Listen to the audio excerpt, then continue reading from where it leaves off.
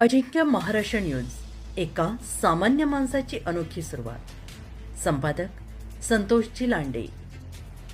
पाहुयात काही ठळक आणि महत्त्वाच्या घडामोडी.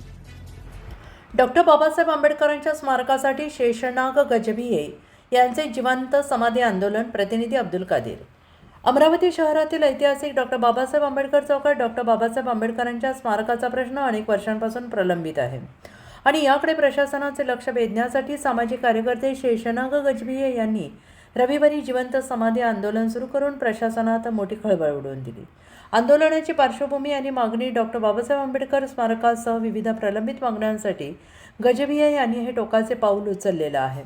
त्यांच्या प्रमुख मागण्या खालीलप्रमाणे आहे. डॉक्टर बाबासाहेब आंबेडकर स्मारकासाठी निश्चित केलेली जागा तात्काळ हस्तांतरित करावी. अमरावती जिल्हा सामान्य रुग्णालय इरविनचे नामकरण डॉक्टर बाबासाहेब आंबेडकर सामान्य रुग्णालय असे करावे. ऐतिहासिक शिवटेकडीवर छत्रपती शिवाजी महाराजांचा 100 फूट उंच पुतळा उभारण्यात यावा. जिल्हा सत्र न्यायालय परिसरात डॉक्टर बाबासाहेब आंबेडकरांचा 50 फूट उंच पूर्णाकृती पुतळा उभारण्यात यावा. प्रशासनाची धावपळ आणि पाठिंबा. आंदोलनाची माहिती मिळताच गाडगेनगर पोलीस ठाण्याचे प्रभारी गोरखनाथ जाधव हे पोलीस ताफ्यासह घटनास्थळी दाखल झाले.